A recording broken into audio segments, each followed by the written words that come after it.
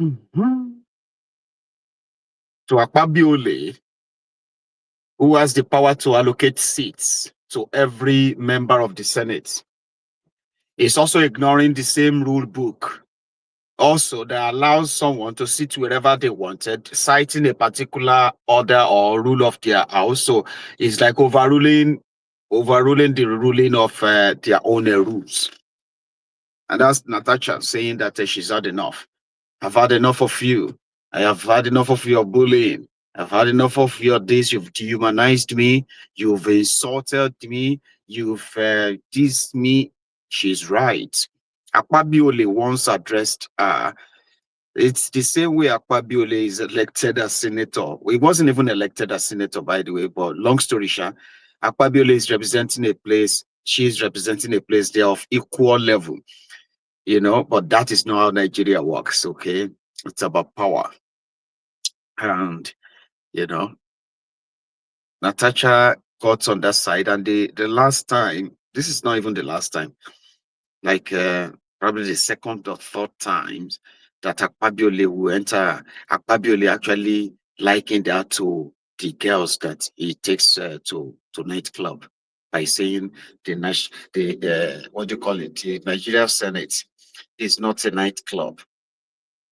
They had to kind of force Akpabiole to apologize. I can't remember if he did apologize, but yeah, he's been having issues with Natasha, and we have no idea why, right? The last time, this was in July 2024. Still learning. Even those of us that have been in the Senate for 16 years, we are still learning. So we'll do well to continue to learn. But in the course of my talking to one of my distinguished sisters that she should speak whenever she's recognized, I made reference to the fact that we are not in a nightclub where people have to shout above the noise of the music. And the social media went agog. I'm not on social media, but my wife called me that people got angry. They published her number and said people should occupy her. So she used to receive, she received over 2,000 to 3,000 phone calls a day. And then I tried to on one of my phones. I realized it was in the public. In fact, the phone crashed after about 3 hours. So I am very happy with the interest generated by Nigerians in what goes on in these chambers, because we are here to cater for their interests. And so for them to be so interested in what goes on here means that we are connecting with the people directly. And it would have been terrible if we were doing all this work and the people were not even aware of what we are doing. But the communication was totally misunderstood. Instead of taking it for the nature of what we said, that you should not shout when you are talking and not and speak when you are recognized, they went into private abuses. I don't want to say what they did to me, because what they did to me, I think I don't merit it. I was telling DSP that it's even the one they should be talking to, because in my tradition, we marry only one wife. So they listed so many wives on social media. And at the end, it will look as if the Senate president had or has so many wives. When indeed, I'm reporting to my colleagues, I have only one. And I'm satisfied with that one. And she's a beautiful and loving woman. I will not intentionally denigrate any woman. I have a wife, I have 4 daughters. And I always pray that God will lift a girl child to the highest zenith in Nigeria, politically and in business. I also want my children to do well. So, distinguished Senator Natasha, I want to apologize to you if you felt offended. If I had mentioned that we are not in the market They will say I said you are a market woman.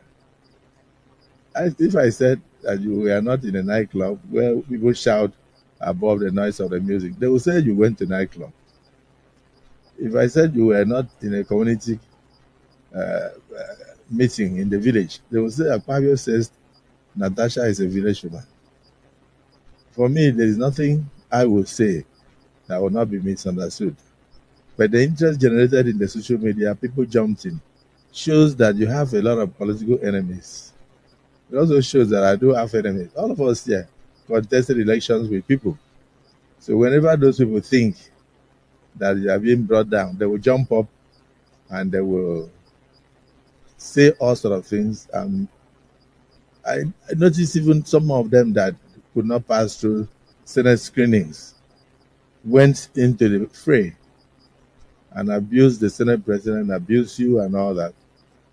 I don't know how you took it, but I felt that I should send a public apology to you over the miscommunication and the misunderstanding. So do accept my. So he actually apologized with long windpipe talk, like nonsense, right? But now we are back to where we were last year. All right. This time he ordered the sergeant at arms to take us out of the chamber, and then was already proclaiming a suspension on her. So, and immediately they sent somebody into the media to a TV station to go and tell the world the consequences of what Natasha did to start with. So this guy is a senator as well. He has this to say. And be thrown out of the chamber is Senator Peter Nwebonyi, Deputy Chief Whip of the Senate. Good morning, Senator Nwebonyi. Great to have you on the morning show today. Thank you, I'm sure you were on the floor. I don't know if you were on the floor yesterday because you're in Lagos this morning. Okay, so great. Thank you for coming here today physically. Thank you. Can you share with us what truly transpired? We saw what happened. The video footage has shown us. But from your perspective, what happened yesterday? Well, thank you so very much, Arise family, for this opportunity to clear the coast on some of this unfortunate incident. It didn't matter a city yesterday. It merely distracted us for 1 or 2 minutes. Okay. Before I go into details, I will tell you the sitting arrangement in the Senate. We have 2 sides of the Senate. The majority party sits at the right-hand side of the presiding officer, while the opposition party sits at the left-hand side of the presiding officer, in this case, the Senate president. And you will agree with me that a few weeks back, some senators from the opposition defected to the ruling party, the APC, thereby creating vacuum within the sitting arrangement in the opposition sitting cycle. And by our rules, particularly Order 6, Rule 1, empowers the presiding officer, which is the Senate president, to reallocate seats to senators where there is defection. And this allocation of seats did not only affect Natasha, it affected other senators within the sitting role of the opposition. And Natasha, instead of moving to the new seat allocated to her, refused to do that. And by doing so, she breached the rule of the Senate. So it's a very unfortunate incident because to me, it is unwarranted. It shouldn't be. The seats are all the same. It's just for us to have normalcy and without creating vacuum under the sitting arrangement. That is why the Senate president exercises powers as enshrined in our rules and regulations as a parliament. And that is the parliamentary practice all over the world. So I want to join my colleagues to condemn this unwarranted act. Senator, real quickly. There's a video making a round of how the same Akpabiole protested in 2018. In fact, Akpabiole was speaking while he was not being permitted to speak by the then Senate President Bukola Saraki. He was obviously relying on the point of order, the same point of order he ignored in the chamber yesterday to advance his own mission to silence the voice of the perceived disloyal colleague. You know, so for avoidance of that, Senator Akpoti had all her privilege and right to speak at that point, enshrined in Senate standing room, but he shut her down.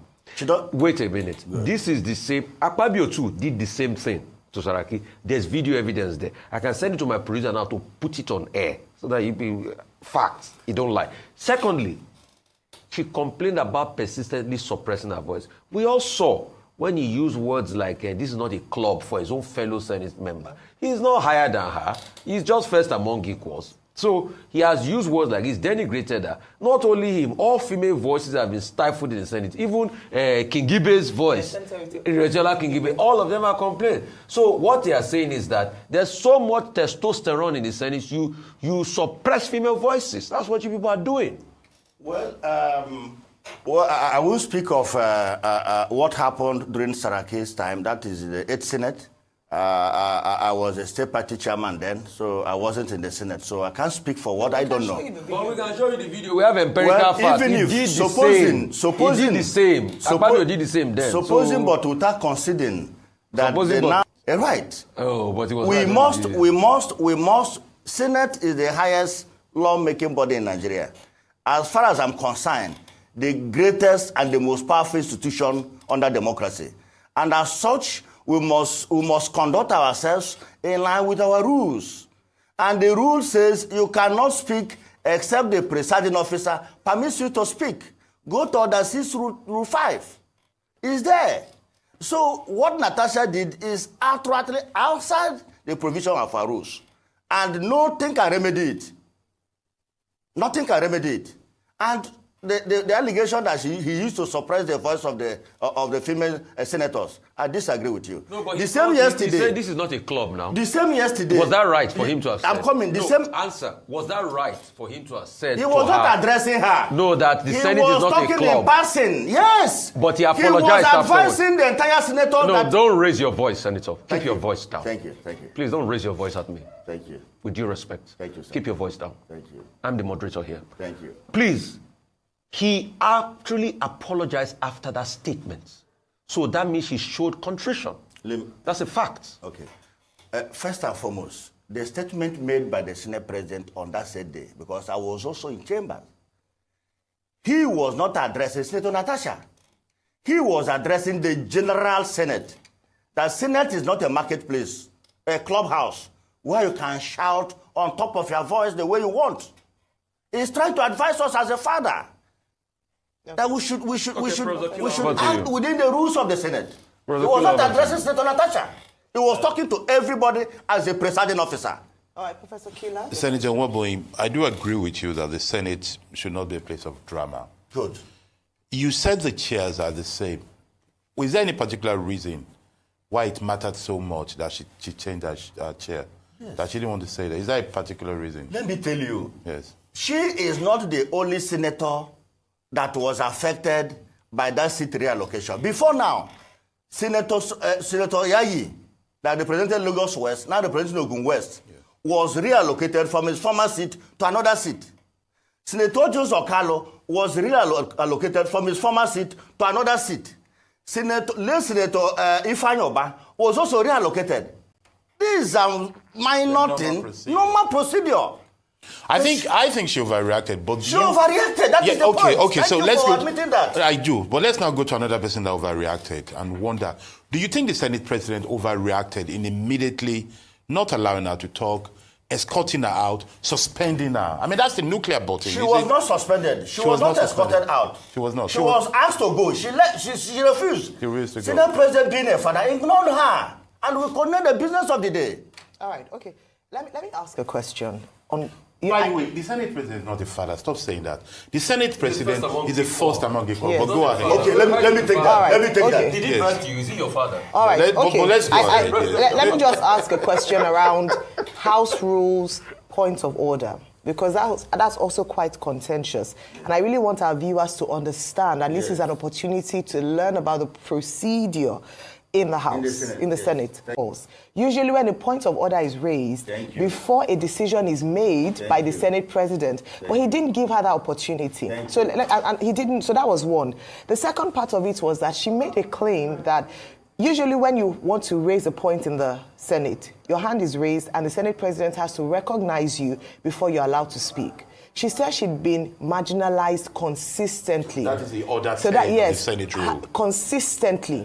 And so she had to stand up. And if you recall, this has happened in the past between Dino Melaye, Dimeji Bankole, that sometimes, and that's what before I was talking about, their voices being, being silenced. Is there merit to this? Because I want you to explain to us, because that was evidence of bias from the Senate president, that he didn't, when the point of order was raised by the chief whip, didn't give her an opportunity to either defend herself or not, and then, make a decision following that. What do you say about that? Because that's the contention, that there's a lot of marginalization, so share with us and an opportunity to educate her. He who goes for equity must come with clean hands. Senator Natasha, before yesterday's plenary, has been assigned to a new seat, and she refused to sit on her seat. And our rule is that you can't speak except you are sitting on the seat assigned to you. So for the Senate president not giving her a chance to speak is in line with the rules. If she has moved to her seat and raised that point of order, I tell you, the Senate president would have given her the opportunity to speak. Our rules are strict. It's not made by Akpabiole. No, you didn't answer. It has been there. No, I'm coming. I'm coming. Okay. You're talking of suppressing her voice. Yes. This is the same person that came up with a bill yesterday. The bill was taken. If we were suppressing her voice, we could have taken that bill on the Diaspora Bank. But the bill scared first reading. This is a senator, the first day she was sworn in, she was made a committee chairman. But she's been moved from that particular committee to another committee. Yeah. It's possible. Yeah. I was chairman of the Senate Committee on Works. But I have to resign because I'm not a principal officer. I'm not chairing any committee. Yeah. These are rules and practices obtainable in every parliament all over the world. You can't speak. Anyway, that's between Akpabiole, Natasha, and the House leadership. You be the judge. We will leave them in the Senate and go to the House of Reps, the supposed lower chamber, they are called. This issue of USAID funding terrorism in Nigeria has prompted them to they too have now invited the service chiefs, all right? But one of the lawmakers there, or lawbreakers there, was pointing out a kind of like a concerning, development, where they said that if you go to some of the areas where this terrorism is thriving, right? Like Borno State, Kaduna, and some other areas, they said most of the property in their state capitals, like choice properties in their state capitals, are owned by NGOs. There's so many NGOs working within the areas where this terrorism is really a big thing. And we have seen the meltdown that people have expressed since the stoppage, the 90 days of stoppage of funding for USAID and all that. And everybody was like, man, it's going to be the end of the world, this and that. But to this lawmaker, right, his own point of order is different. Each time you will see at least 2 to 3 private jets parked there, owned by NGOs. Most of the offices in Maiduguri are owned by NGOs. And Yobe, what are they doing there? And the insurgency is mostly in the north. What are they doing there? My honorable colleagues, we cannot take this as a mere allegation. We must stand as a nation, a sovereign nation, to defend this country. Because what this Trump tenor have done is to give us a leeway, is to wake us up that it's time for us to be free. I believe from what the man have done, they have shown that he loves us. Thank you, Mr. Speaker, and I believe we must rise up to defend Nigeria and defend our brothers that live in the north. Thank you, and may God bless all of us. Each time. Man said that I believe that what Trump has done is to free us. We look inward. NGOs who are flying private jets, you see them in Africa. There are billions of dollars money coming from America, being shared and all these places, right? And our NGO business in Nigeria or NGO business in Africa na baba business, you know, and they are actually collecting enough money. So we have had these allegations against NGOs in the past, and this is not even like just a mere speculation. Okay, this also came from